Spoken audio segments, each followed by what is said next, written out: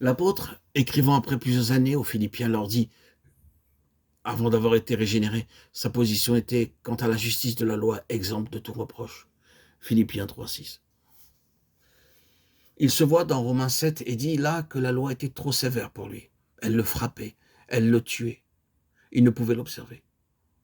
Sous son fardeau, il s'écria, misérable que je suis. Ce n'est pas exempt de tout reproche. Il s'est donc produit quelque chose qui a troublé sa satisfaction et qui a fait de lui un homme divisé par la guerre civile, qui fait rage en lui. Dans l'homme non régénéré, la conscience se cachait derrière les rites et les observations de la loi. L'observation rigide de ses formes et de ses rites séduisait et trompait sa conscience. Elle disait paix, paix, là où il n'y avait que point de paix.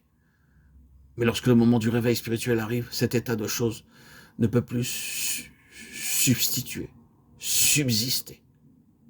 La conscience ne peut plus être séduite, trompée.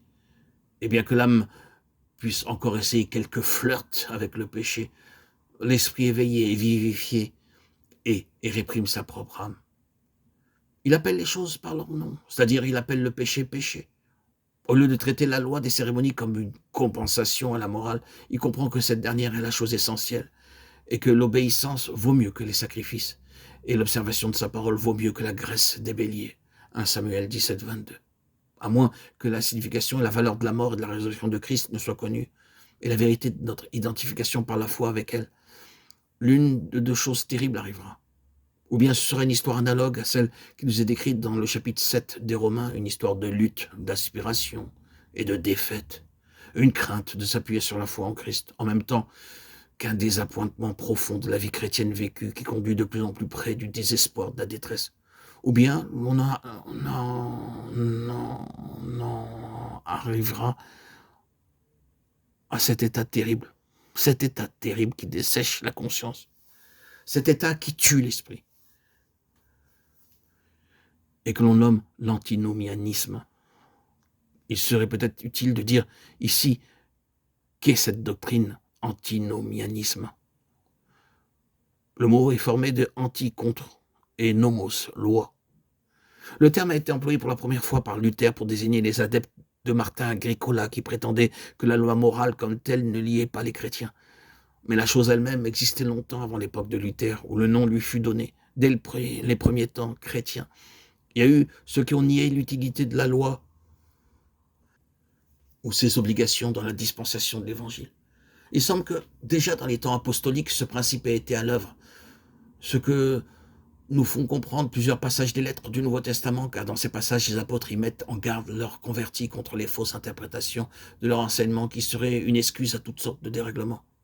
À ceux qui, dans un esprit de contradiction, désobéissent à la vérité et obéissent à l'injustice, à eux, la colère et l'indignation. Anéantissons-nous donc la loi par la foi? Non, certes. Au contraire, nous confirmons la loi. Romains 3, 8 et 31. Que dirons-nous donc? Que nous devons demeurer dans le péché afin que la grâce abonde? Non, certes. Romains 6, 1. Que personne ne vous séduise par de vains discours, car c'est à cause de tout cela que le courroux de Dieu vient sur les enfants de rébellion. Éphésiens 5, 6. Avec leurs discours pompeux et vides, ils séduisent par les convoitises de la chair et par l'impudicité ceux qui viennent à peine d'échapper aux hommes qui suivent la voie de l'erreur, en leur promettant la liberté alors qu'ils sont eux-mêmes esclaves de la corruption. Car on est esclave de ce qui vous a vaincu. De Pierre 2, 18, 19. Et au cœur de cette doctrine, une fausse interprétation de la doctrine de la justification par la foi. Quelques-uns ont même enseigné dans le passé que, puisqu'ils sont spirituels, leur nature ne pouvait plus être corrompue, quelle que soit leur conduite morale, ou bien qu'une personne élue ne péchait plus, alors même qu'elle commettrait des actes mauvais en eux-mêmes. Certes, personne ne soutiendrait délibérément une telle doctrine, mais le principe peut cependant opérer. La justification par la foi, avoir la finalité et la plénitude de la perfection en Christ, la persévérance finale, c'est-à-dire lorsqu'on est en grâce, tout est toujours en grâce.